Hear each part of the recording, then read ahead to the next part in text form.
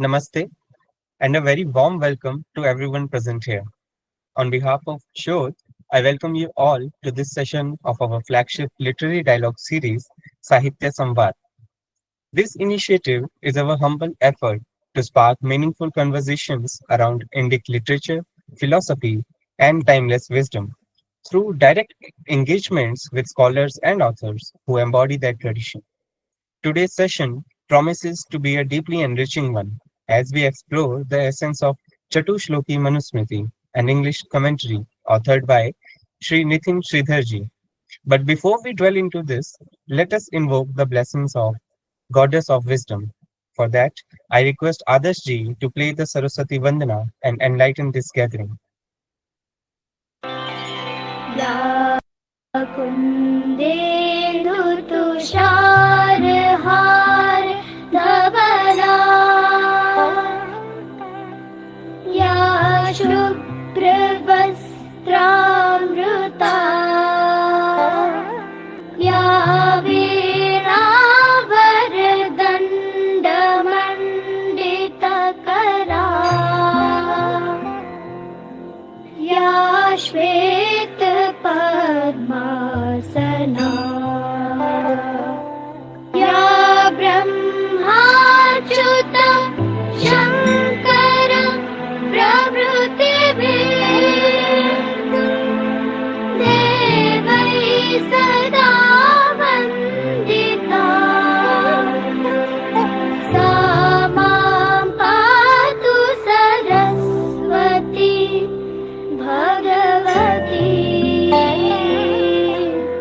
निःशेषजाड्यापहा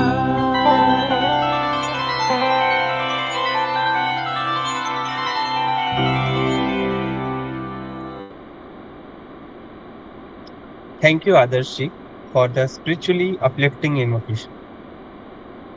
To help us understand the vision and mission of SHoDH, standing for Students for Holistic Development of Humanity, I now invite Kratika ji, our national co-convener of SHoDH and a dedicated scholar, to briefly introduce our organization and its journey so far. Over to you, Kratika ji. Thank you so much, Vaibhavji. So, as the name suggests, SHoDH, which is Students for Holistic Development of Humanity, it is the purpose, it is a platform for researchers to develop holistic approach towards development of humanity ultimately. It is a registered research foundation, which is an effort to start an multi-pronged dialogue within the research community of Bharat.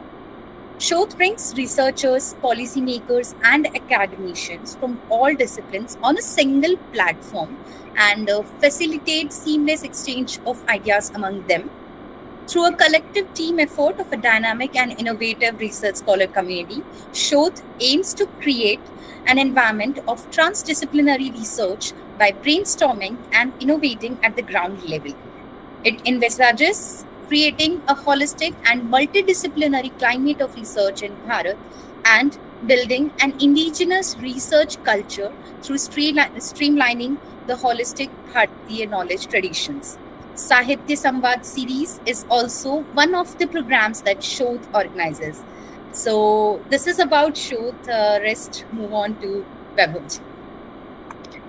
Thank you, Kritika ji, for articulating the spirit and scope of SHoDH with such a beautiful connection. I hope participants get that. So, dear friends, without any delay, I would like to introduce our speaker, Sri Nithin Shridhar ji, a distinguished author and public intellectual, whose work bridges the ancient and the contemporary with rare clarity. He is a civil engineering graduate, transitioned from construction to writing on topics like society, politics, religion, spirituality, and ecology. He has authored several books under his name, including Samanya Dharma and Isopnishad, an English commentary. The most widely read work of his is Menstruation Across Cultures, a Historical Perspective. Currently, the chief curator of Advait Academy and formerly the editor of India Facts. Today's deliberation on his book, Chatuh Shloki Manusmriti, brings to light 4 foundational verses that captures the essence of this often misunderstood text with contemporary commentary in English, making it accessible and relevant. It is our honor to welcome you, Nitinji. The stage is now yours.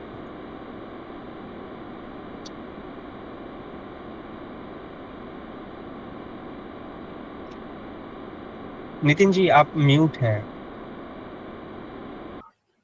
Yes. So I was saying thank you very much for inviting me. I'm always very happy to address, especially a young audience such as all of you, studying in colleges, doing your graduation, post-graduation, etc.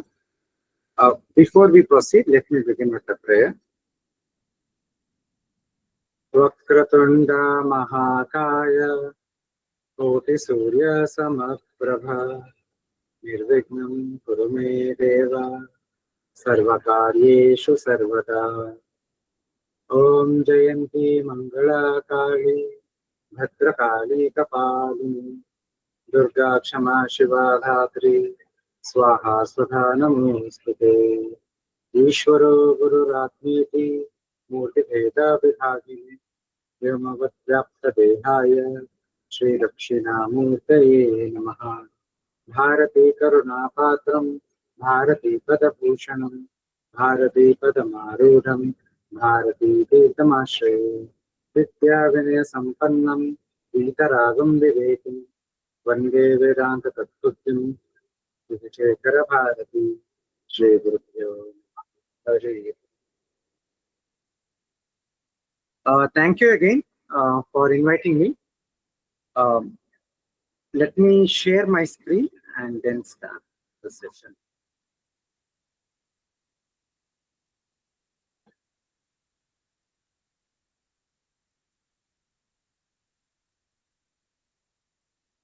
Just give me a second.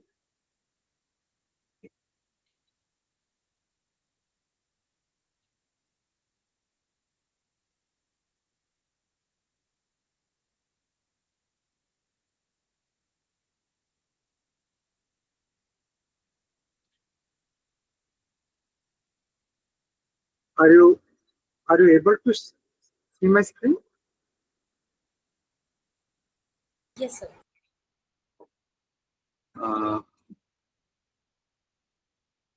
I just made it full screen mode, the presentation. You're able to see the full screen? No, full No, screen we is are not able to see the full screen. How should I?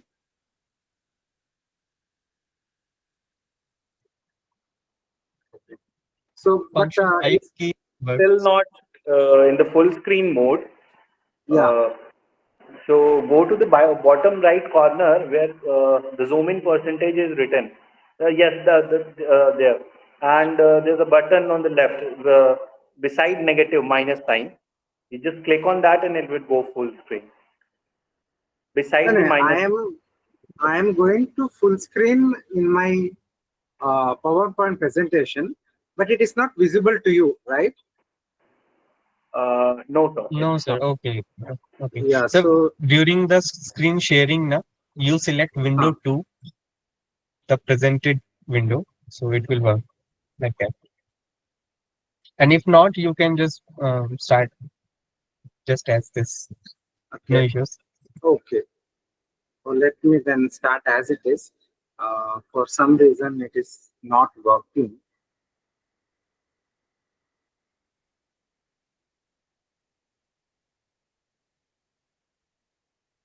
Okay.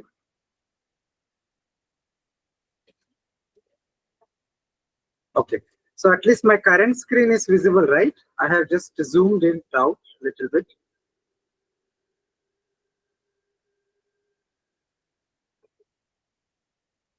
Can you confirm? Yes, sir. It is visible. Okay. The title of my book is Chatuh Shloki Manusmriti, an English commentary. Before I will brief about the book towards the end of the presentation. But before going there, I want to share some thoughts. When we think about Manusmriti, when we hear the name today, often it is in the context of some form of negative discourse. Recently, I think from in the Delhi University, uh, the Manusmriti was included as part of the suggested readings in one of the courses, and they then removed that following some form of protest or petitioning. They, I'm not mistaken. So often, in all such contexts, we hear how this text is outdated, how it is problematic, how it is oppressive, how it is discriminative, how it is this and that. I mean, if the contemporary narrative is to be believed, then the whole book is full of problematic things. There is nothing useful, nothing important to us, nothing that can enlighten our life, nothing that can enrich our life today. But without trying to directly address the objections, because I don't think this is a proper forum, especially because I want to make a presentation about my book, not true, and the kind of objections are also so huge. I want to take a different approach. Rather, I want to present in front of you a different perspective. The question, can we read Manusmriti not as an outdated museum piece, not as a text frozen in time, completely irrelevant today, but instead as a living text? Is it possible to approach Manusmriti as a living text? Is it meaningful to approach Manusmriti as a living text? And what are the benefits of such a reading, or how to go about such a reading? Some thoughts I want to leave it to you. This will not be an exhaustive presentation, but merely in the small amount of time that we have, I want to leave certain ideas for you to ponder over. Contrary to contemporary prejudice, discomfort, or rather plain ignorance regarding Manusmriti, if you analyze history, then throughout history, in the Bharatiya Jnana Parampara, in the Indian Shastriya Parampara, Manusmriti had always occupied one of the a prominent position as one of the important sources of dharma. It is not the only source of dharma, but it definitely occupies the space of one of the prominent sources of dharma. So we should ask, how is it that for the last many millennia, our acharyas, our teachers, great vidwans, great saints, great kings, all of them upheld Manusmriti in high esteem? However, in the last 200 years, the narrative has been such that Manusmriti has been branded as the single most villainous text in Indian history, in Hindu history particularly. So let us keep aside the contemporary narrative for a moment and try to revisit Manusmriti and how the text itself perceives itself, as well as how the Indian knowledge tradition throughout history has received this text. So let us try to understand this, get some idea on this. I have changed the slides. I hope you're able to see the slides I'm changing. Yes, sir, the transition is okay. Yeah, okay, thank you. So the very first question, of course, is we need to start from the basics. Therefore, the basic question would be, what is Manusmriti? So we all have had some idea. We all know that there is a text, at least among the academic circle, especially in the humanities or in the religious studies, or in the very traditional sampradayas. People are aware that there is a text called Manusmriti. But there is much more to it than simply knowing there is a text called Manusmriti. Because often when if you type in a Google or if you discuss in a scholarly circle, uh, when it comes to Manusmriti, among the different views that we get is it is like a law book. It is a law book. Just like we have the constitution today, Manusmriti was a constitution of the past, and it was a problematic constitution. The other is other idea is Manusmriti was like a biblical document, hegemonically imposed on the society by the Brahmin community, the priestly community, just like how Bible is hegemonically implemented by the church. So either of these two ideas are very, very prevalent. But the other idea prevalent is that Manu and other Smritis were never relevant at all. So it was merely a textual,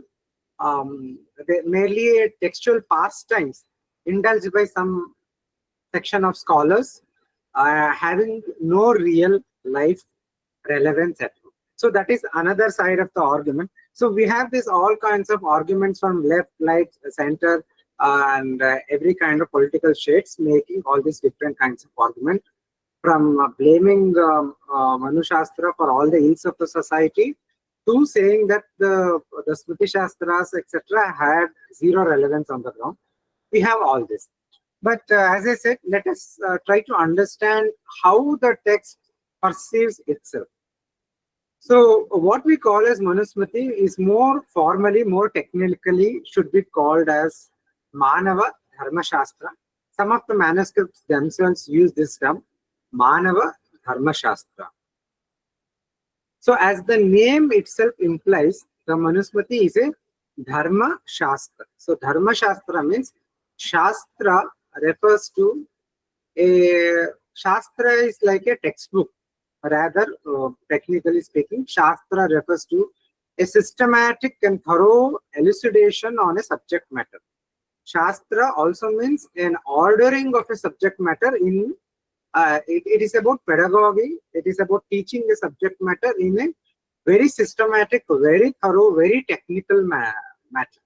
So that is what Shastra is. Any body of knowledge which systematically, which scientifically, you can say, if you want to use a contemporary term, presents a subject matter is Shastra. So we have the Sanskrit phrases such as Bhautika Shastra, all refers to the contemporary scientific subjects, right? So we have such Shastras. Ayurveda is a Shastra about medicine, right? So like this, Manusmriti is a Manava Dharma Shastra. So Dharma Shastra, Dharma is the subject matter, and this subject matter is being systematically and very thoroughly being presented in this Dharma Shastra called Manu or Manava. So the Manava here stands for, it indicates the line of transmission of teaching of Dharma that can be traced back to Swayambhuva Manu, the first Manu, the mind-born son of Bhagwan Brahma. So basically, in Hindu scheme of things, most knowledge traditions, in Hindu scheme of things, it is very important to understand, contrary to contemporary, wherein contemporarily we see authors, we speak about texts as in isolation. So when we speak about text and its author, we see it in isolation, or we see it as part of the immediate socio-cultural milieu of the time when the author lived. But that is not how the Shastra tradition functions. In the Hindu scheme of things, we don't see a text in isolation, but we see it as a text as part of the larger Shastra Parampara. So while the Manusmriti, the manuscript tradition, the manuscript that is available to us, if we see the extant text has been dated by many scholars to be between 200 BC to 200 CE. That is dating of only the extant text. not the Shastra tradition itself, because the Shastra tradition is much older. The Dharma Shastra tradition, as the name itself indicates, Manava Dharma Shastra, it traces itself back to the Brahma itself, the beginning of the creation itself. And we don't need to actually dismiss this as some form of metaphor or poetry, because multiple places, in multiple texts such as Mahabharata and Narada Smriti and etc., it has been again and again mentioned that Swayambhava Manu is the first teacher of Dharma, and from him there were many lines of transmissions to different people. And the current extant tradition is in the Bhrigu line of transmission, and the original composition, the Shastra, had more than I think 1 million chapters or something like that, and the current version we have only 2600 verses. So there were repeated condensation of the knowledge in that Shastra tradition. So we should not be misled by contemporary historicist method of analyzing texts, dating texts, and behaving as if the text is a completely product of the socio-cultural times. It is definitely, there are influences of the times the authors of the particular version live, but a text such as the Dharma Shastra or the Upanishads or Moksha Shastra, there the topics such as Dharma is not a topic such as Artha Kama. It is not a topic of daily transactionary knowledge. They are non-empirical, therefore they are eternal. So these are the certain ideas we have to keep in mind. So in short, without going further in depth, Manusmriti is like a standard textbook that imparts authentic knowledge about Dharma, just like any standard textbooks of physics or mathematics imparts authentic knowledge about the respective subject matter. So contrary to popular perception of Manusmriti as either a constitution like legal text hegemonically imposed by a ruler or a biblical text imposed hegemonically by a church, Manusmriti is, to put it in the Shastriya terms, to put it in the technical, to use a technical description as far as the Indian textual Shastra tradition is, it is essentially a Pramana Shastra. Pramana means a valid source of knowledge, which reveals authentically and systematically the nitty-gritty about Dharma. So basically, Manusmriti is a Pramana Shastra, which brings forth authentic knowledge about Dharma in a very systematic manner. So if we have to say that Manusmriti laws about Dharma, then that law term is not in the sense of a positive law that we currently understand, but in the sense of eternal law. What is that eternal law? In the context of Dharma, it would be the karma phala relationship, the action and the fruit of action relationship, because that is the core subject matter as far as Dharma Shastra is concerned, to teach us what action leads to what kind of result. We'll just discuss more about this. I hope you appreciate it. This does not mean that the Smritis or the legal systems that were present in ancient India or medieval India, or how the justice happened, etc. Smritis had no connection to it. Not like that. Rather, not just Manusmriti, but the series of Dharma Shastra texts, including the 19 to 20 Smritis, with Manusmriti being the most prominent one, all of them form the foundation on which the legal rules, the rules of action, as well as the king's decision, as well as the jurists, the judges who were there in the court, who gave judgments in the cases, all of them based they were all very well versed in the Dharma Shastras, and when they resolved the issues, gave their judgments, they considered two principles. One was the Dharma Shastra, the other was the Lokachara, the things as they exist on the ground, the actual facts of the matter, as well as the local acharas, the different types of customs prevalent among different communities. So this Shastrachara and Lokachara went hand in hand, and they were combined, they were understood and assimilated by the judges in their judgments. Similarly, the kings ruled, the kings were very well versed in the Dharma Shastras, in the Smriti Shastras. As many kings, such as King Aparaditya, wrote a very famous commentary on Yagyavalkya Smriti called Apararka. And there are many kings who have such works on Dharma Shastras. So they based their knowledge, had the foundation on Dharma Shastra, but again they also considered the facts of the matter on the ground, and as well as the lokacharas of different communities, and then created laws, created judgments based on them. So I hope you understand the difference between Smritis as the basis, as the foundation for legal doctrines, legal understanding, legal jurisprudence, versus Manusmriti as a constitution like positive law as we understand today. These are two different things. So moving on, what is Manusmriti really trying to do? What is the purpose and end goal of Manusmriti's teachings as it is understood in the Smriti Shastras and the Dharma Shastras themselves? So I just mentioned that Manusmriti is basically Dharma Shastra, that is a textbook on Dharma. So obviously it means that the primary purpose of Manusmriti is to teach Dharma. So, but the question you must ask then, but to what end? What is the need for Dharma in life?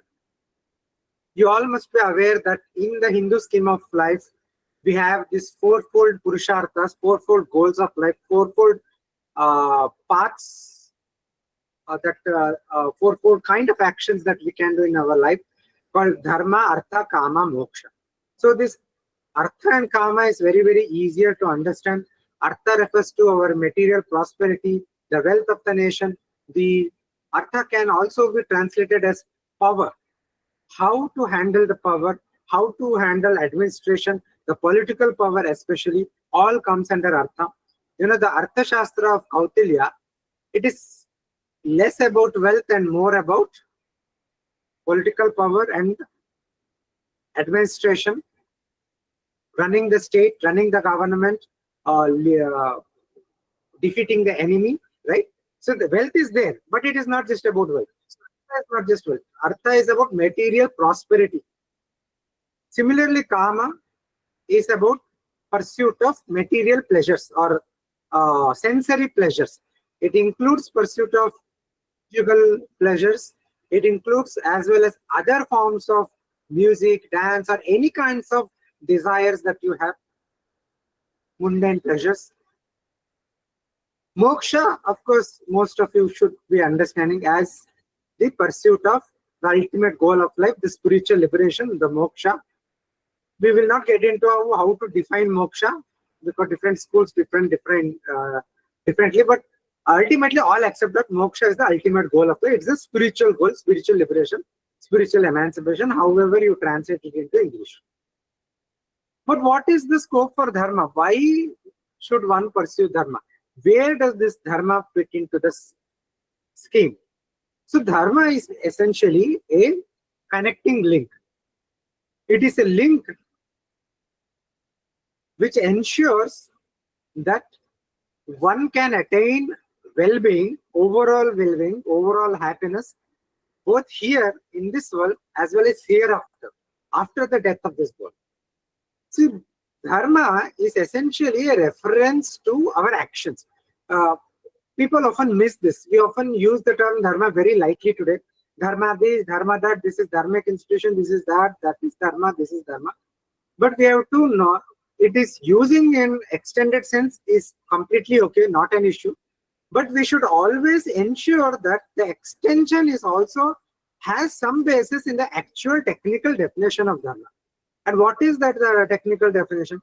Dharma is actually a designation to a certain bucket of actions as against certain other bucket of action which are designated as adharma, the opposite of dharma. And what kind of actions are called as dharma? It is those actions which leads to abhyudaya and nishreyasa. So this is a technical definition from Vaisheshika Sutra. Abhyudaya nishreyasa siddhi.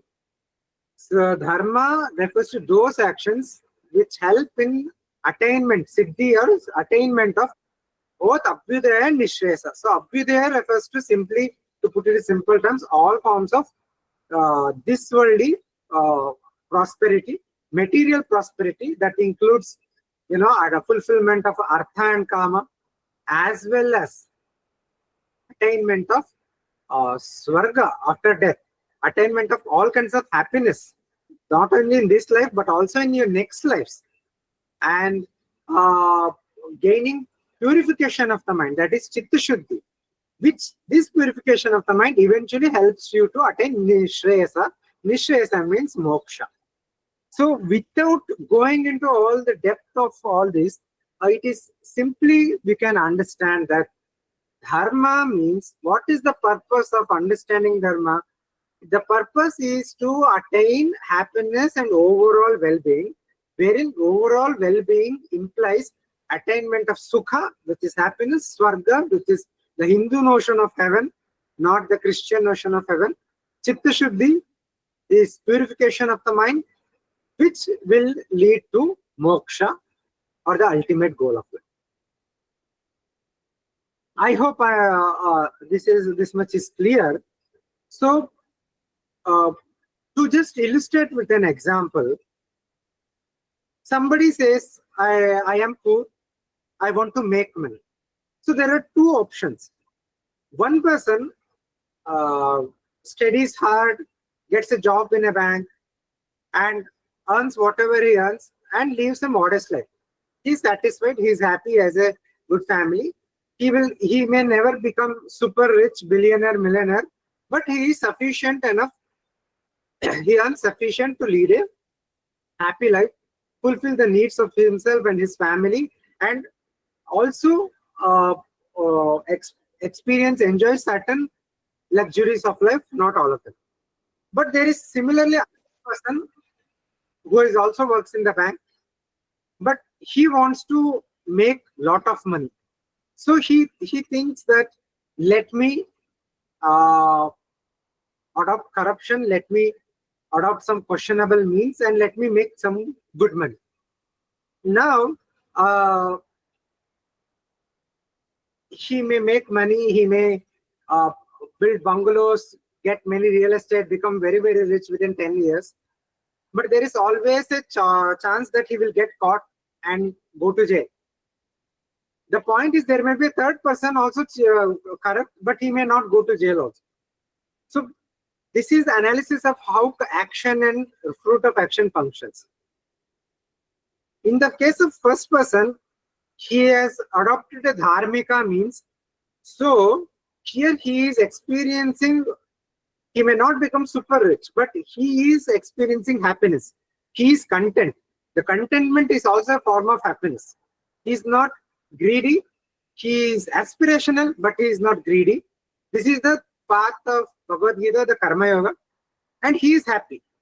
And the good thing is, because he has adopted dharmika means, there is only karmic merit that has been generated, which will also help to purify his mind, help him to overcome greed and other things, and eventually move closer to moksha. The second person who gets caught, he may initially benefit, get a big bungalow and everything, but then he also went to prison, and he will experience suffering in this life only, and he may experience suffering in future also, in his next lives, because he took upon adharmic path to attain artha, attain wealth. The third person may not go to jail in this life, but still he took the adharmic path. Therefore, he will definitely experience suffering in his future lives. So, basically, the role of the dharma is, one, to practice dharma, to invest ourselves into dharma, into understanding dharma, into practicing dharma, is basically to make a friend who will be with you even after the death of the body. Your friends, family, wealth, everything goes away once you die, once you leave the body. But it is the karmic merits and demerits.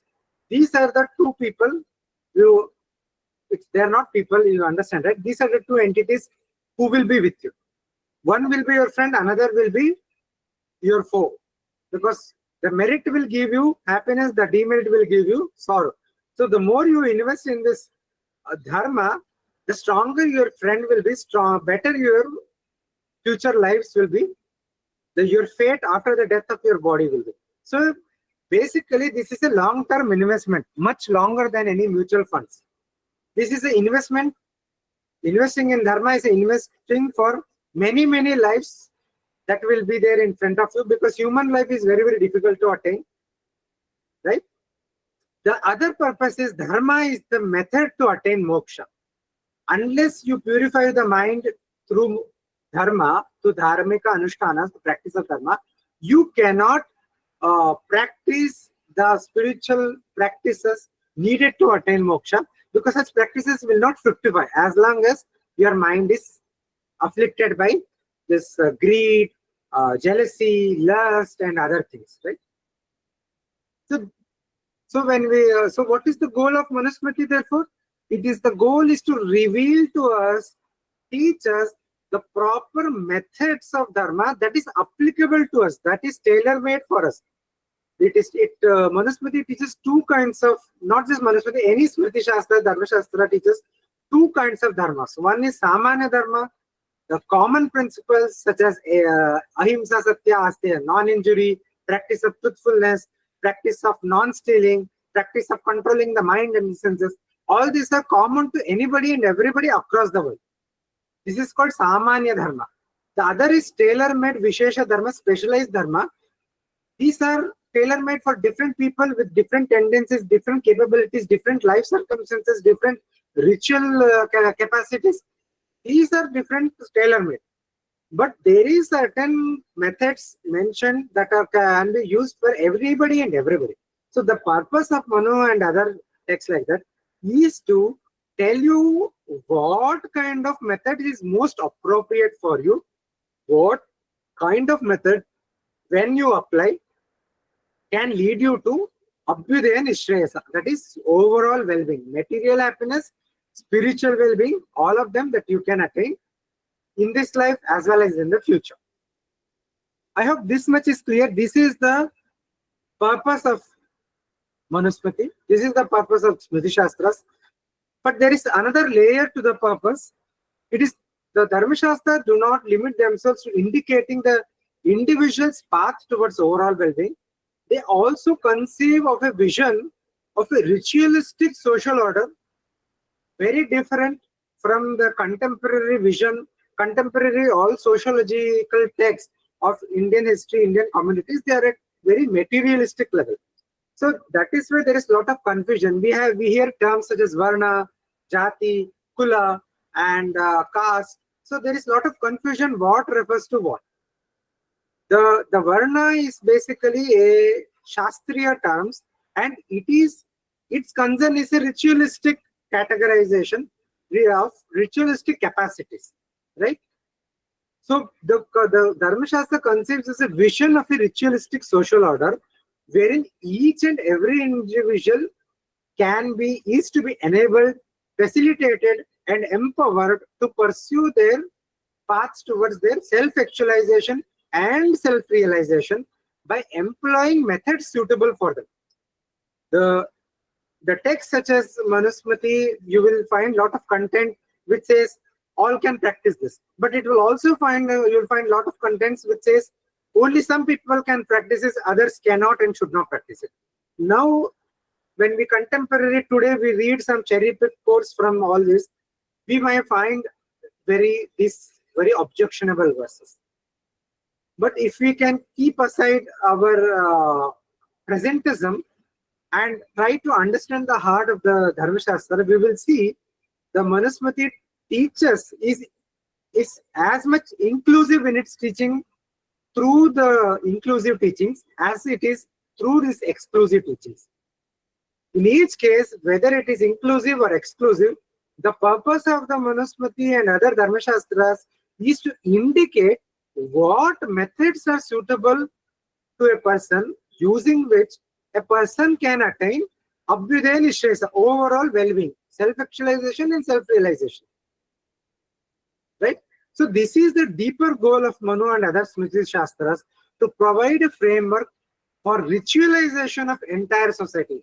You see, not to make the whole society a power-hungry society, not to make the whole society a wealth-hungry society, not to make the whole society a Matsya Nyaya, the stronger eats the weak, not to make a society wherein the poor will suffer, continue to suffer, the rich will continue to become more powerful. No, but a ritualization of the entire society, wherein irrespective of where you are placed in a society, what kind of socio-cultural situation you are, what kind of financial condition you are, irrespective of all those things, you are provided a dharmika path, a yogika path, a adhyatmika method, wherein you can attain the highest realization, moksha. You can also attain the happiness here and now, the contentment, happiness, the sukha here and now, and most importantly, by understanding, by anchoring yourself in this vision, you can transform all your social actions into a karma yoga, into an offerings to the Ishvara, thereby anchor your whole life into moksha, thereby transform your life into make your life itself into divine. There is a work by Sri Aurobindo called Life Divine. So, divinizing your life, this is the vision of Dharma Shastra. Now, after understanding how the Manusmriti, how the Dharma Shastras themselves perceive their function in the society, their purpose, their end goal, their self-definition of themselves, let us briefly see what has been Manusmriti's journey throughout time. So I have included two good banners, good documents. This image created by Upward. They have done very good work here to establish Manusmriti as a civilizational document. In this image, I'll just zoom it in a little bit. In this image, basically, sorry, yeah, okay, yeah. In this image, you will see inscriptional evidences, inscriptional records from different points of time, which attests the centrality of Manusmriti in Hindu jurisprudence. So, this is from on the left side, you see this 12th century CE, Govindacharya from Ghadawal dynasty quotes Manu in the context of king receiving and bestowing gifts. On the right side top, from a ruler of Kanauj, Ishana Varma, the king is praised for being committed to the perpetuation of moral laws, basic dharmic laws on the path of virtue, just like Manu. You see, the king is being praised as being just like Manu, that is, for establishing a dharmika states, for upholding the essence, the ethical essence, the laws that Manu has taught. Dharasena from Vallabhi dynasty in 6th century CE, the king is spoken of as one who obeyed the rules of Manu in his kingdom. So here again, the king is said to have created a society wherein created the legal jurisprudence were based on the teachings of Manusmriti, had Manusmriti as a foundation. So we have to quickly recap what I mentioned. Here, the idea is not that Manusmriti was implemented as a constitution, but as the Manusmriti as the foundation on which the legal jurisprudence were built. Daddafai, the Gurjaras of the Gurjara kingdom of the 7th century CE, the ruler is said to have mastered the precepts of Manu. I mentioned this. Many kings were very well versed in Dharma Shastras. They were scholars of Dharma Shastra. Indra Bhattaraka Varman of Vishnu Kundina dynasty from 6th century CE, he quotes several, in the inscriptions, quotes several laudatory and verses from Manusmriti. Likewise, the Chalukya dynasty inscription from 12th century CE refers to the king as having walked the path of Manu. Jayasimha from Chalukya dynasty 7th century CE, the king is again praised as possessing the Brihaspati's knowledge and Manu's wisdom and Yudhishthira's steadfastness. Interesting, all the three, the Brihaspati, Manu and Yudhishthira, are known for as epitome of Dharma, as great teachers of Dharma. From 5th century CE Karnataka, the Kadamba dynasty, Kadamba Krishnavarman, in a concluding section of the grant, directly quotes verses from Manusmriti. So I think this is very self-explanatory, that shows that various kingdoms across the span of last 2000 years, the kings were very versed in Dharmashastras. They relied upon Manusmriti and other Smritis, especially Manusmriti, as valid source of Dharma, that is as a Pramana Shastra, and different laws, legal jurisprudence, etc. were created as was feasible, as was desirable for their kingdoms, by having the foundation, anchoring in the foundation of Dharmashastra, but also considering the needs of the society, the ground facts of the society, and the lokacharas of different communities in the kingdom. So this was the inscriptional evidence. Now, similarly, if we analyze the textual evidence of the Indian knowledge system, the Bharatiya Jnana Parampara, the tradition, the various acharyas, you will find a praise of the Manu, you will find a quotations of the Manu, you will find engagement with Manusmriti throughout the times, from Adi Shankaracharya Bhagavad-pada, who in his commentaries at several places he cites Manusmriti as many as 30 times. I recently gave a lecture on this, on Shankaracharya's treatment of Manusmriti for Global Festival of Oneness. The video will be uploaded in a few days in Advaita Academy YouTube channel. You can check it out. He calls Manu and Vyasa as Tulya, as Shishta, both as authentic people who are knowers of Dharma, the knowers of Vedas, as well as who lived by the precepts of the Vedas, and from whom we can learn about authentic knowledge about Dharma. Vishwarupacharya, another commentator of Yagyavalkya Smriti, he also quotes from Manusmriti at many places. Kumaralabhatta, and even Kavya, such as the Sanskrit play, not Kavya, the play such as Michakatika, cites from Manusmriti. You have innumerable number of citations from Manusmriti, as well as references to Swayambhuva Manu in Mahabharata, in the Veda itself, in the I think Taittiriya portion of the Veda, it says whatever Manu says is like a medicine. So this explains the very importance of Manusmriti. In the medieval Dharmashastra tradition, this is a very good study by Patrick Olivelle, and he compared three medieval texts, that is, texts composed in the last 1000 years, very important Dharmashastra texts such as Lakshmidhara's Kritya Kalpataru, Jimutavahana's Dayabhaga. Dayabhaga is very famous for its inheritance laws, and they were implemented in Bengal and other areas, the larger greater Bengal area in the pre-colonial India. Madhvacharya, that is Swami Vidyaranya, his Parashara Madhaviya, very influential text in during the Vijayanagara Empire. So all of these texts, if Patrick Olivelle in his critical edition, he does a comparative study of different smritis they quoted. You can see the table here.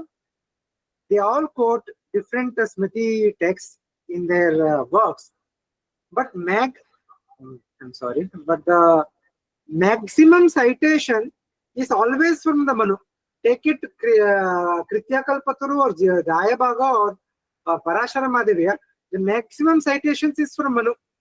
589, 101 and 62. 621, sorry. So the rest are there. Apastama Dharmasutra, Gautama Dharmasutra, Baudayana Dharmasutra, Vashishta Dharmasutra, Yagyavalkya Smriti, Vishnu Smriti, Narada Smriti, Brihaspati. So all of them are quoted good number of times, but the maximum citations is from Manusmriti. This again shows that in the Dharmashastra tradition, Manusmriti always held a exalted position. This we also know from the fact that out of the 20 Smritis, Manusmriti alone has 9 Samskrita commentaries. Yagyavalkya has around 3 or 4 commentaries. The Parashara Smriti has only 1 commentary. There might be few other Smritis which have 1 or 2 commentaries, but many do not even have a commentary. But Manusmriti has as many as 9 commentaries. So all this evidence show that contrary to another contemporary narrative that it was the British who made Manusmriti as a prominent text of Hindu Dharma. Before that, nobody knew about Manusmriti, nobody cared about Manusmriti. It was not so. The Dharma Shastra tradition always upheld Manusmriti as one of the most prominent texts. It was not the only text, but it was very prominent text. And another idea, another evidence I want to bring to your notice is how throughout the centuries there has been continued engagement and utilization of Manusmriti in resolving real life issues across history. I have only taken three cases here, and I will briefly share with you just to give an idea that how Manusmriti in particular, but also the Smriti Shastra, the Dharma Shastras in general, they were not just fantasies of some authors. They were not intellectual gymnasiums indulged in some certain small section of scholarly section, having no relevance on the real society, real life. Yes, Manusmriti and other Smritis were never, they were textbooks. They were designed as textbooks, not as a common book that is kept in home, read by anybody and everybody. That was not so in the past. So this objection that everybody has a Bhagavad Gita at home but does not have Manusmriti at home, therefore Manusmriti is not relevant, does not hold water, because Manusmriti was not designed to be kept at home by each and every person. They were supposed to be studied by the scholarly people, but those teachings were utilized in the society by the scholarly, as well as the teachings trickled down to one or the other ways into the common people, common society through innumerable of manner, including through Itihasa Purana tradition. So just because it was studied by the scholars does not mean it was not relevant. And just because it is not kept in home does not mean it was not relevant. In fact, even 150 years, Bhagavad Gita was not present everybody's home. It is also a very new phenomenon after the printing press, right? So it's already 6. I will take some more time because we started also a little bit late. So the 3 instances are in Shankaracharya, in his Bhasha and the Brahmasutra Bhasha, he utilizes Manusmriti to argue that moksha is accessible to everybody, one and all. You see, you remember what I told at the beginning? Dharma is for everybody, and Manusmriti's and other Smriti's teachings purpose is to ensure that Dharma and moksha becomes accessible to everybody, to one path or the other. People are different, therefore paths cannot be set. But Manusmriti teaches as much through inclusion as through exclusion, that there are special paths available, design which has been given to us, through which everybody can pursue moksha, everybody can pursue dharma. A good example is this. In the Brahma Sutras, Badarayana, who is the author of Brahma Sutra, who is identified as Vyasa, who also authored our Mahabharata, Badarayana discusses whether you have, just like we have 4 varnas, we also have 4 ashramas, like Brahmacharya, Grihastha, Vanaprastha, Sannyasa, right? The studenthood, the Brahmacharya, then the married life, Grihastha, then Vanaprastha, and Sannyasa is renunciate. So there's a discussion that how these 4 ashrama, practice of these 4 ashrama are very, very important for pursuing moksha, because this practicing the duties of the 4 ashramas help one to attain purification of the mind, thereby helping one to pursue Atmajnana, self-knowledge, and moksha. In this light of this discussion, there is a doubt which arises. Does it mean that only the practice of 4 ashramas are necessary, or those who are placed in the 4 ashramas alone can practice and attain moksha? The rest are excluded from moksha, is the doubt. This is a very, very important question having a real life implication, because if it is the case that 4 ashramas are necessary for pursuing moksha, then that means there are many people. For example, somebody is not married, but they are also not practicing brahmacharya ashrama. They are not celibate, they are not practicing brahmacharya. We have hundreds of thousands of people like that. So they are without any ashrama. They are neither in brahmacharya nor in grihastha ashrama. Similarly, somebody who might have been married, but their spouse died, so they are no longer in grihastha ashrama. But they don't have the vairagya or dispassion needed to even take sannyasa. So they are neither in this grihastha ashrama nor in vanaprastha or sannyasa, right? So they also don't have any ashrama. Similarly, we have people such as say those who are in the who are courtesans, who are in the flesh trade, who are in the prostitutes. They are not married. They are beyond the very institution of marriage. What about them? Do they have a path by which they can pursue moksha, by which they can pursue dharma? So if we say that 4 ashramas or the 4 varnashrama is the only path towards moksha, is the only dharma, method of dharma available, then all of these people are excluded. But both Vyasa, Badarayana and Shankaracharya says this is not the case. Badarayana himself says that no, for them special methods are mentioned through which they can pursue moksha, through which they can attain purification of the mind. Shankaracharya also affirms this in his commentary on the Badarayana Sutra. Shankaracharya emphasizes that while Varnashrama Dharma is very prominent, it is a very prominent path to work towards moksha. It is a very prominent dharmic method. However, there are alternative specialized methods, specialized dharmika practices like japa, which is repetition of mantra, such as Bhagavan's name, such as Rama, Rama, Rama, Rama, Shiva, Shiva, Shiva, Shiva, or Namah Shivaya, Namah Shivaya, such things, or vrata, doing upavasa and such vrata, fasting and such vrata, devata aradhana, that is doing puja to devata. It may be Rama, Sita, Krishna, whoever it is. All these are also special methods which are available to all of them. And to justify his position, Shankaracharya quotes a Shastra Pramana, quotes a Shastriya source. What is that source? That source is Manusmriti.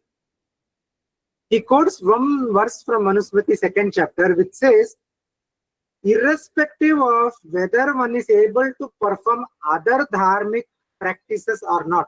Whether one is able to perform or one is even entitled to perform Varna Dharma, Ashrama Dharma, etc. or not, one can perform and one should perform japa.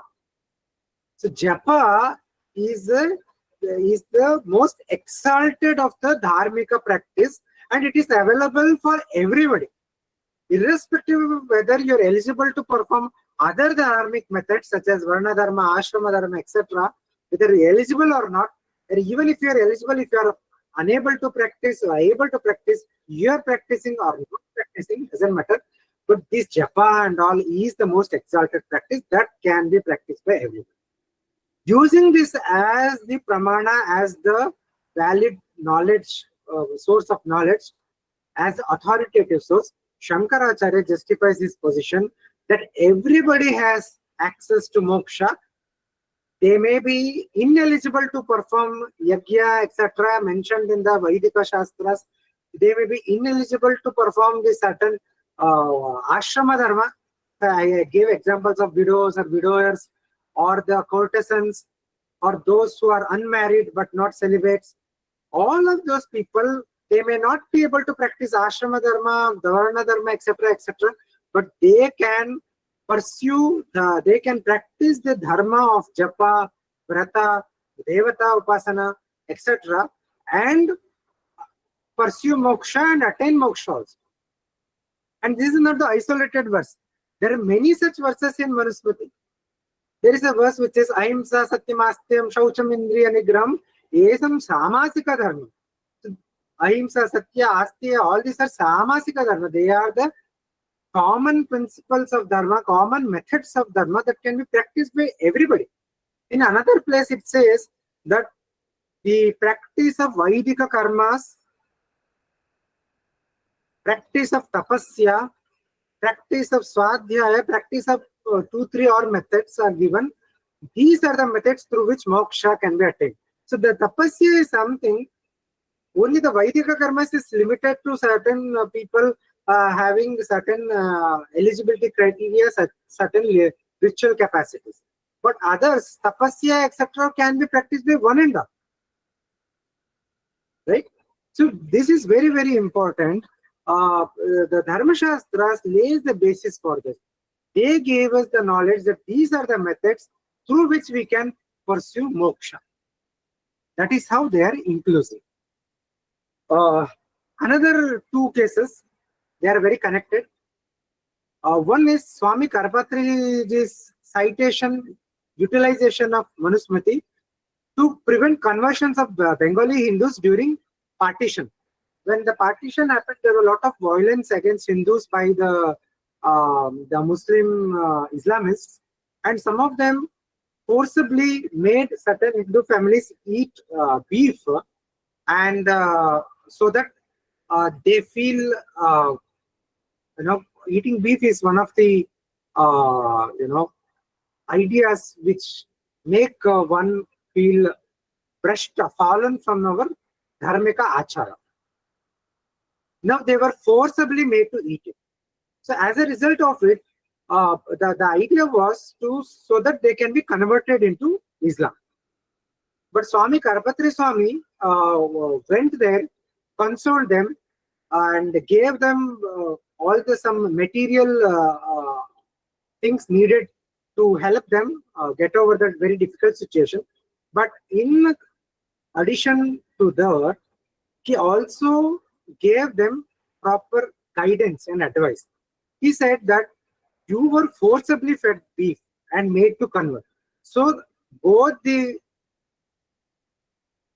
this forcible feeding of beef as well as forcible attempts to conversion, they both don't hold any water. They both are invalid.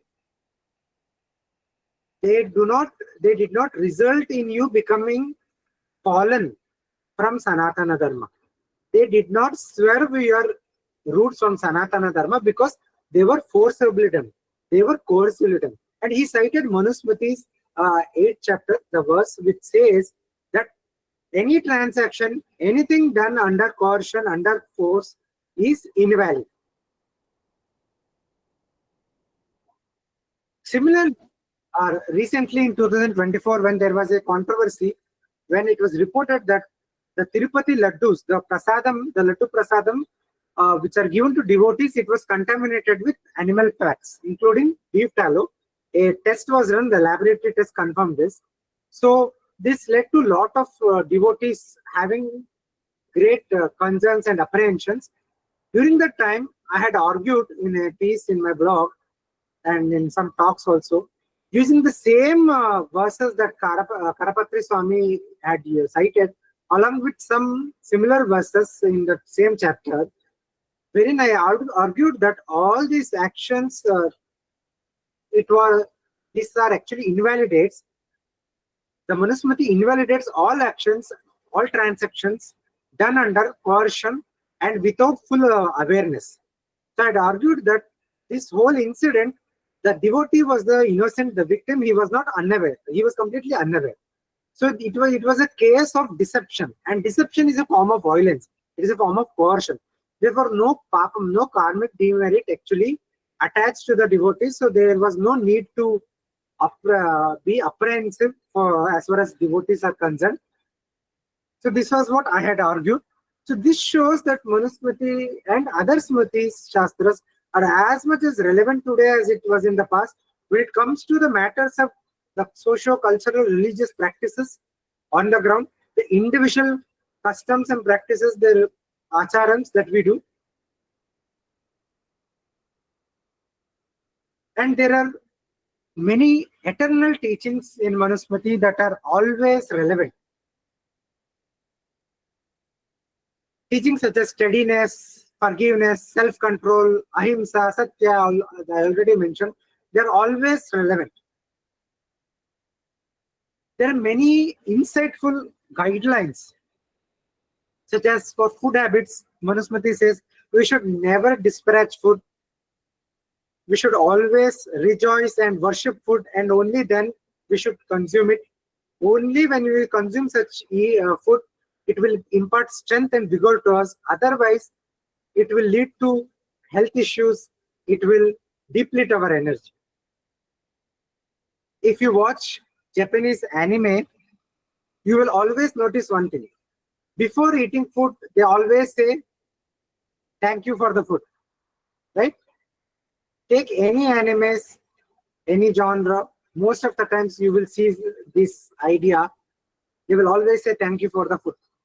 And this is not an idea which is alien to Hindu culture.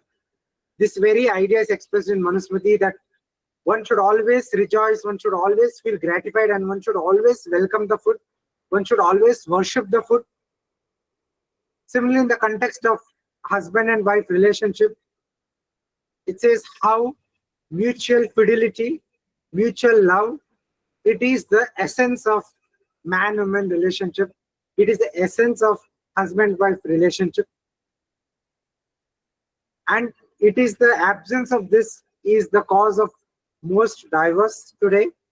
There is always ego, there is always greed, there is always non-concern, non-affinity towards your spouse. It could be man, it could be woman, doesn't matter. So these are all, it is not that these ideas were relevant yesterday, it is not relevant today. They are always relevant. So then the question, is Manusmriti a living text? What does it mean for a text to be living?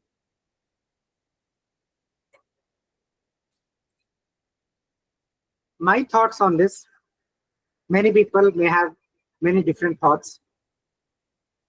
Somebody was recently arguing why Manusmriti is not a living text, why it is a museum piece.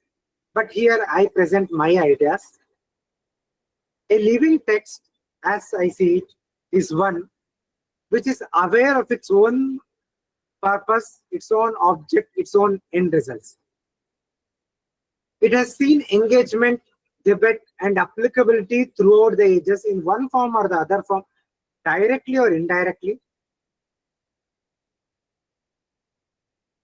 It is a Pramana Shastra. It has as its foundation, it is a source of knowledge. It has its foundation in eternal truths and values which remain valid and relevant for all the times and everywhere. And it is very much relevant to us to address contemporary situations as insights that are valid, that are valuable to us here and now. It is a text of a living civilization, and most importantly, it is a Pramana Shastra, a valid source of knowledge about a subject matter which cannot be known from any other sources. So dharma, I mentioned, it is to do it. It indicates karma phala relationship, actions that can give rise to sukha, swarga, chitta shuddhi, moksha. You cannot know this from your eyes, ears, etc. Right? You cannot directly perceive it. You cannot simply infer it on the basis of external world. You cannot know it through comparison or any other methods. The only way to know this is through the Shastra Parampara, Shastra Pramana, starting from the Vedas and other texts which are based on the Vedas, such as Smriti, Itihasa, Purana. Therefore, these are the ideas, these are the principles which make one a living text. On the other hand, and it is a text of a living civilization. The Sanatana Dharma, the Hindu civilization, we are here and now, we are still exist today. As against the Greek civilization, the Roman civilization, the Egyptian civilization, which are not alive, which are dead. A dead text, therefore, is a piece of a relic of the past whose only purpose is to serve as a museum piece for curious readers and historical junkies. A text is a text of a dead civilization.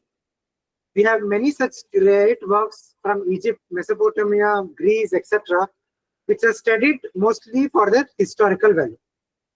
So from this discussion today, it should be quite obvious where Manusmriti stands. It is my firm belief, that conviction, that definitely Manusmriti does not stand in the camp of a dead text, but as a living text. So if we are to approach studying Manusmriti not as a dead text, that is not as a historicist approach, not as a text composed in between 200 BCE and 200 CE, not as a text composed during the time of some Gupta Shunga period, which were incorporated with by some wily Brahmins or some conspirators with all kinds of nonsensical interpolations in the text.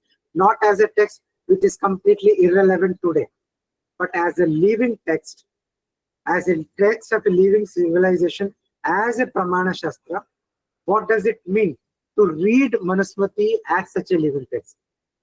Such reading of Manusmriti will enable active engagement beyond historical value, active engagement that we perceive the teachings of the text not as frozen in time, but as to be actively engaged in the present for its philosophical teachings, ethical teachings, theological teachings, for its, in the case of Manusmriti, for its teaching of Dharma.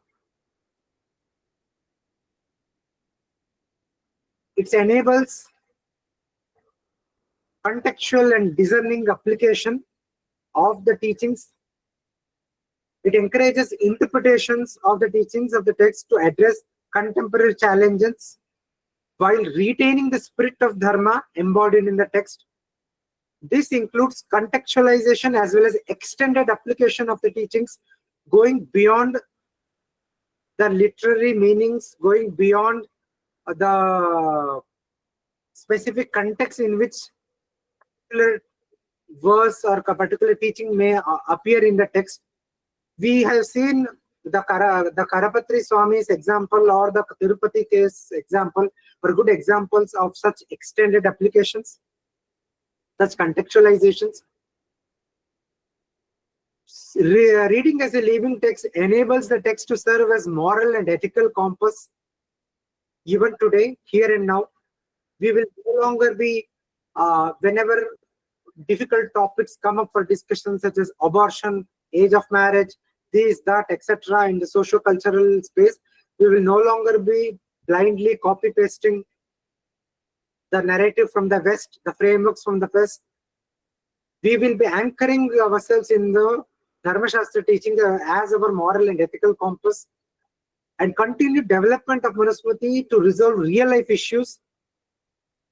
The text guidance is sought after and utilized to resolve complex issues and dilemmas in social, cultural, religious, legal, and political paradigms. Enables understanding the text in conjunction to living Shastra tradition.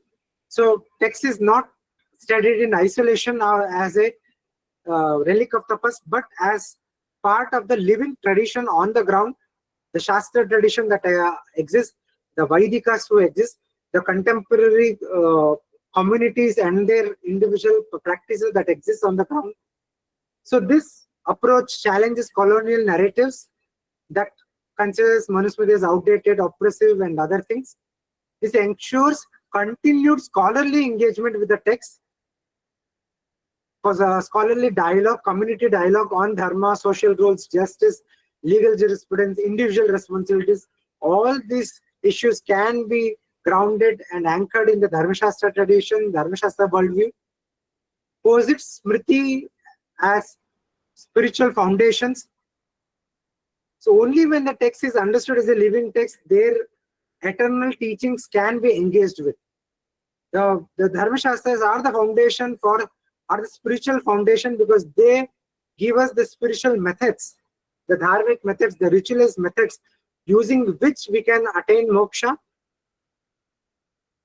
And so these are the many ideas that are needed, that these are very, very important to contemporary Hindu civilization, Indian civilization. There is an attempt today to revive Indian knowledge systems. There's an attempt today to develop an Indian narrative, grand Indian narrative, as Raju Malhotra calls it, an Indian drishti, a Hindu drishti, an Indic drishti, our own worldview on all socio-cultural, religious, political, and other issues, legal and other aspects. You cannot do it if you sideline Dharma Shastras, if you sideline Smriti Shastras, because you cannot speak about Dharma without Dharma Shastra. So one such attempt, a beginning towards this direction, has been done in my book, Chatuh Shloki Manusmriti. What this book provides is, the book it explores fundamental questions such as what is Dharma, its definition, purpose, what are the authentic sources from which Dharma can be known, tenets of methods of Dharma, principles of Dharma can be known, who is eligible to study Dharma, who is eligible to teach Dharma, what are the different ways to study Dharma, what are the different ways to practice Dharma, how practicing Dharma is helpful, what is the end goal, end result, why study Dharma Shastra, what is its relevance, place in contemporary world, what are the deeper meaning of Varna. See, the Varna, Jati, caste, there is lot of confusions, lot of these are all very politically loaded terms. There is a long chapter on what is the Shastriya term of Varna implies. Is it a reference to profession? Is it a reference to psychological category? Is it something else? I argue that it is a reference to ritual competence, ritual capability, ritual state of a person. And based on it, a proper specialized dharmic method is indicated through which one can attain Abhyudaya Nishreyasa. The book is not limited to study of Manusmriti. It draws from Vedas, Upanishads, other Smritis, Bhagavad Gita, Itihasa, Puranas, from the teachings of different acharyas such as Shankaracharya, Ramanujacharya, Madhvacharya, Swami Vidyaranya, Kumarila Bhatta, Sri Aurobindo, and many others. The goal is to restore Manusmriti to its rightful place, not as a relic, but as a living source of Dharma, and open a gateway to authentically engage with it. I might as well clarify that the book is not a translation of the entire Manusmriti. The Manusmriti has 2,600 verses. but I deal with only the opening 4 verses, and it is not just translation, it is a detailed commentary. There are, apart from the commentary of each verse, wherein each word of the verse, each phrase is analyzed in depth, there are 3 introductory chapters which are very elaborate on what Dharma is all about. And there are 2 appendix chapters which deal with the Varna. So I hope you all read, share, and comment.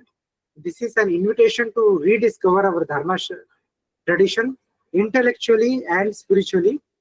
Thank you for your support. The book is available on Amazon as well as Hindu eShop, and it should be available in many bookstores across India. With this, I end my session. It's already 6:30. I know I have taken much more time. I apologize for going beyond my time. I need to leave maximum by 7. So for 30 minutes, we can take some questions, 15-20 minutes. Thank you very much. Yes, yes, sir. Thank you so much, Nithinji, for your enlightening and clarifying deliberation. Through your insights, I believe that we have come to an understanding of Manusmriti not as a relic of the past, but as a living Brahman Shastra, a timeless guide to personal dharma and collective well-being. So, from its core principles, obviously, and up about the disciplines and truthfulness to its relevance in food ethics, relationships, and real-world dilemmas. Your articulation showed how Manusmriti continues to engage, inspire, and offer clarity in both traditional and contemporary context with the examples you have specifically put during your presentation. So as we move towards the interactive segment of our session, I would like our participants to kindly raise their hands if they have any query, any questions they want to ask directly to the author of this book we have today. So I would like if the participants would directly interact, so you can just raise your hand so that our host team will change the management so that you can speak.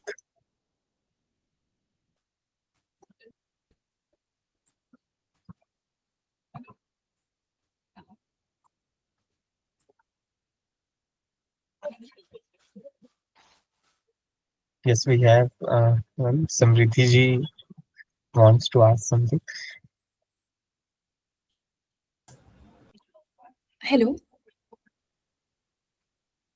नमस्ते नितिन जी, मैं ये पूछना चाहती थी कि I understand your point that Manusmriti has a lot to offer and it's a living document for our Hindu civilisation, but मैं ये context समझना चाहती थी एंड हो सकता है कि जो इंटरप्रिटेशन मेरी हो वो गलत हो, क्योंकि बहुत सारी चीज़ें संस्कृत से ट्रांसलेट की गई हैं इंग्लिश में और जो उनका मीनिंग एक्चुअल होता है that is lost.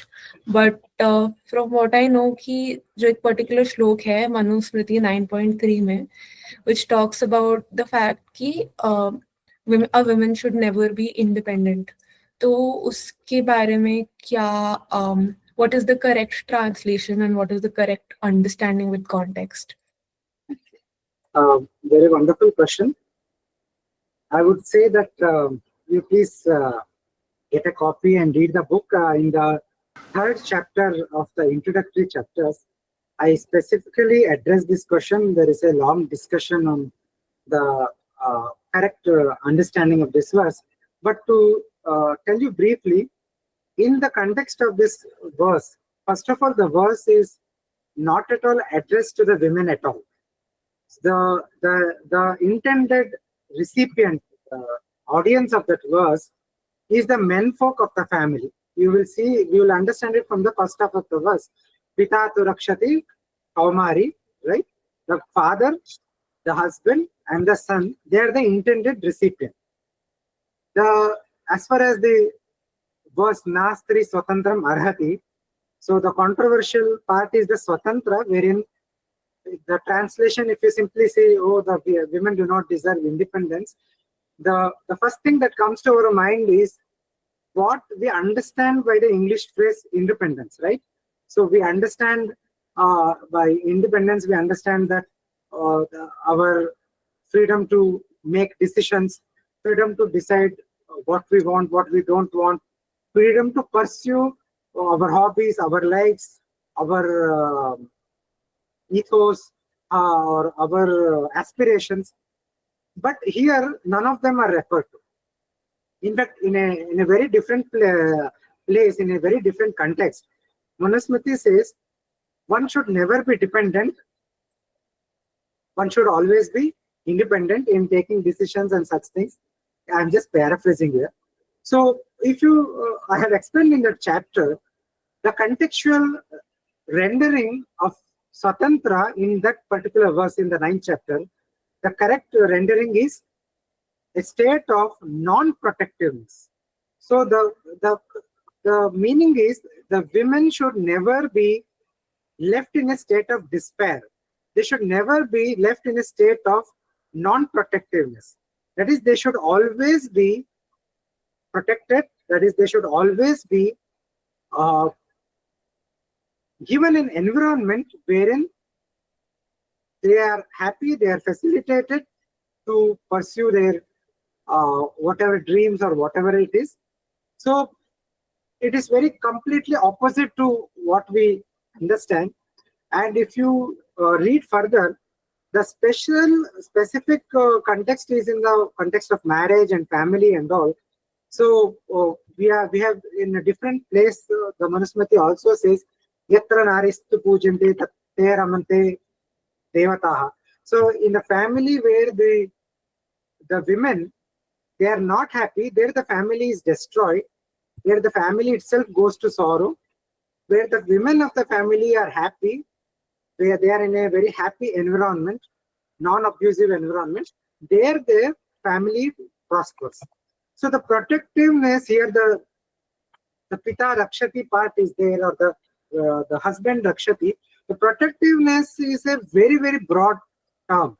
It could be protection in the form of physical protection from any form of harm. It could be the role, the duty of a father is to provide for the family. In the Hindu context, in the Hindu perception, the economic stability, giving economic stability to the children, that could be the protection. The protection is also in the form of education, dharmika education, to educate the child, the girl, what is correct, what is wrong, what is dharma, what is adharma, what is good for one, what is not good for one, so that the girl, when she grows up, can take care of herself even in the face of crisis. See, this is a very broad phenomenon. Please read the book. You will. I think I'm sure that you will get a better idea of the verse. Thank you. Got it. Thank you so much. Any other participants, if they wish to directly speak to our author and ask any query they have from today's deliberation, they can turn off their mic and speak directly to the author. Yes, Tusharji. Thank you for the beautiful presentation. I really enjoyed, I thoroughly enjoyed. So my question is, if you look at entire Western philosophy, the modern philosophy, that essentially focuses on individual freedom. But in Manusmriti, as you pointed out, it's all about dharma. Somewhere it's about, following that, following your karma, as you said. So can you please throw some light on this contradiction between Western and this Manusmriti? Thank you. Another very, very excellent and very relevant question. So often the whole issue is posited as freedom versus restriction. And this freedom has been made into a universal goal, universal ideal, right? But we should let us pause a bit and understand what is this freedom that is being actually discussed. It is very well understood in Hindu philosophy, but even otherwise, everywhere, that humans have free will, right? We all have free will. So whatever actions we do, whether it is under duress or whether it is not under duress, but it is ultimately we decide to do the action. So that is the free will part that is there everywhere, that is there to all persons. So this is recognized everywhere. Now, the Western philosophy has this famous statement, man is born free, right? Man is born free, and we should shatter the chains and such things. So this idea of freedom as the ideal. What is this freedom? There, the freedom does not actually refer to the notion of free will at all. There, if we have to put it in the language of Hindu philosophical terms, then the freedom that is being proposed as the ideal, as the value, as the social goal, as the goal of a society is, as a moral goal, is the unrestrained pursuit of artha and kama. See, unrestrained pursuit of artha is capitalism, or even if you take socialism or communism, everywhere there is some form of unrestrained pursuit, whether by the state or by the individual. That is what changes. But this unrestrained pursuit of artha on one hand, and other unrestrained pursuit of kama, that is sensory pleasures. Whatever I want to do it, irrespective of consequences to myself, to the people who are surrounding me, with whom I have some form of relationship, and to the larger society. So this unrestrained, unfettered pursuit is what is called as freedom. So, for example, if we have to, for the argument's sake, we take it to a logical conclusion, that means a murderer can also say, I have a freedom to commit murder. A rapist is well right to say that he has a right to freedom to commit rape, right? See, this is a logical conclusion wherein this unfettered pursuit of freedom, unfettered pursuit of artha and kama will lead. And now we are wondering why there is lot of crimes everywhere, why there is lot of woke movement, the woke movement of the liberalism that the West is seeing.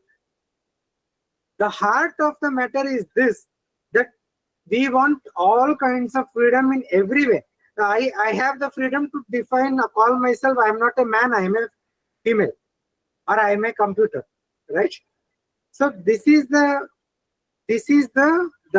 fundamental issue is, when the freedom is actually posited as the goal, you say that it is an unrestrained, unfettered pursuit of artha kama.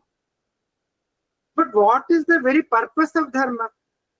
Dharma, I gave you the example of a banker who works hard to attain happiness and prosperity, and another banker who robs the bank itself, who takes to corruption to attain the same prosperity. The first one has accepted that we should not pursue artha kama in an unrestrained manner, but he has willingly, voluntarily anchored himself to a dharmika way of life. The second person says that I don't give a damn about dharma. There is only one life. YOLO. You live only once. So let me pursue artha kama as I see fit, unrestrainedly. So in Manusmriti there is a verse that the teachings of dharma is to be imparted to one who is not pursuing artha kama in an unrestrained manner. So dharmic teaching becomes meaningful only one who says that I have realized the limitations of artha and kama. Despite pursuing that understandingly, I don't feel any real freedom. I don't feel any real happiness. I don't feel any contentment in life.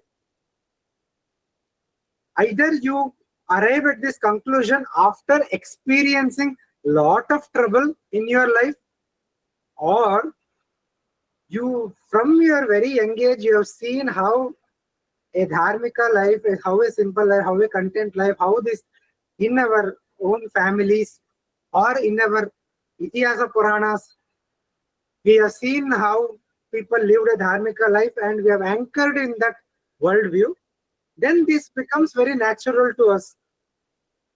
Or we learn from our teachers and tried, say, let us try this, and then you oriented yourself to dharma. However, you come to this path, ideally, coming to dharma means you're willingly accepting some restrictions to your own life. And this is also exertion of your own free will. I'm willing, you see, this happens all the times, even in a Laukika, right? When you join a company and there is a dress code in a company, many companies have uniforms. You cannot say that I will go in my Bermuda to my office or I will not wear anything to my office. People will argue this when it comes to temple, going to temple, but they will not argue this when you go to office. So you willingly accept certain restrictions when the matters of etiquette in a very laukika, in a very transactionary worldly things. Similarly, you're willingly saying that I want happiness, I want well-being, I want sukha, swarga, etc., moksha. Therefore, I am willingly rooting myself in the dharmika framework and adopting the dharmika methods that is most relevant to me, that is more suitable to me. And once I say that I am adopting this method that is suitable to me, that means you have to transform your life, change your life into that suitable lifestyle that is suited for that method, dharmika method, spiritual method of practice. That is as simple as that. It is not that somebody is hegemonically putting something on you, right? At least in the matter of acharam, this is how it is.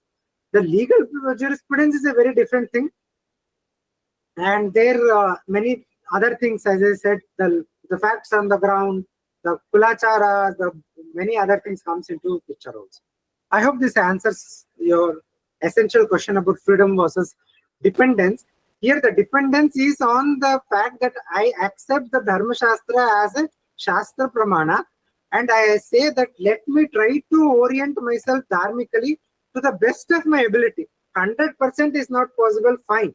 Yatha Shakti. Krishna says in Gita, Solpameva, even a little bit of practice of Dharma gives you great benefit. Thank you, sir. I hope that it satisfies Tusharji's answer.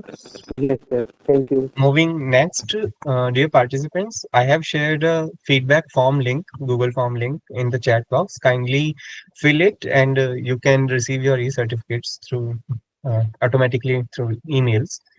Moving further to formally express our gratitude, Nitinji, I would like to invite Adarshji to deliver the vote of thanks on behalf of SHoDH.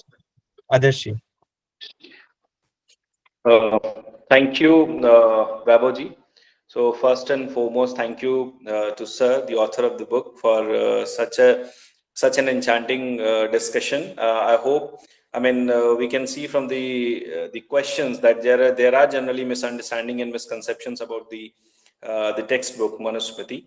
So I hope this wonderful session would have helped in clearing the thoughts of the participants. So I'll also take the name of the participants who have very patiently हमारे साथ जुड़े और उन्होंने पूरे कार्यक्रम को बहुत ही ध्यान से सुना. अतुर जी, निधि जी, निक्की जी, प्रांशु जी, राज जी, ऋचा जी, वृद्धि जी, संगीता, सानिया जी, सौरव जी, शैतान जी, तानिया जी, वैभव जी, Vinayak ji, Kaushik ji, and Yukta ji.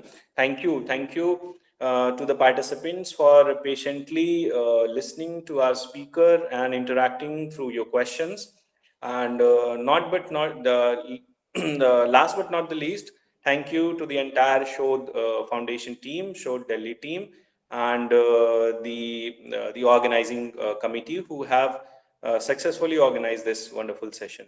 Thank you. This session concludes here. Namaste, sir. Thank you, Adarshji.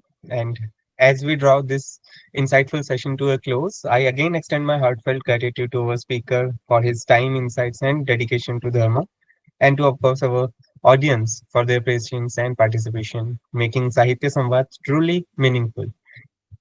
Finally, as a fitting conclusion to today's session, I would like to lead us into the serenity with the Kalyan Mantra and request Adarshi to kindly play the Kalyan Mantra before we conclude.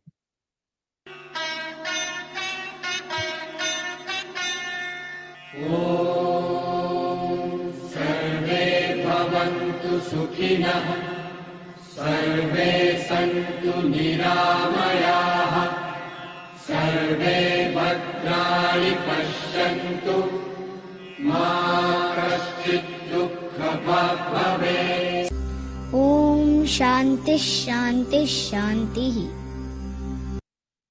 Thank you once again, everyone who made this event possible. Also, do join our show's social media handles for updates on future events and publications. Jai Hind. We can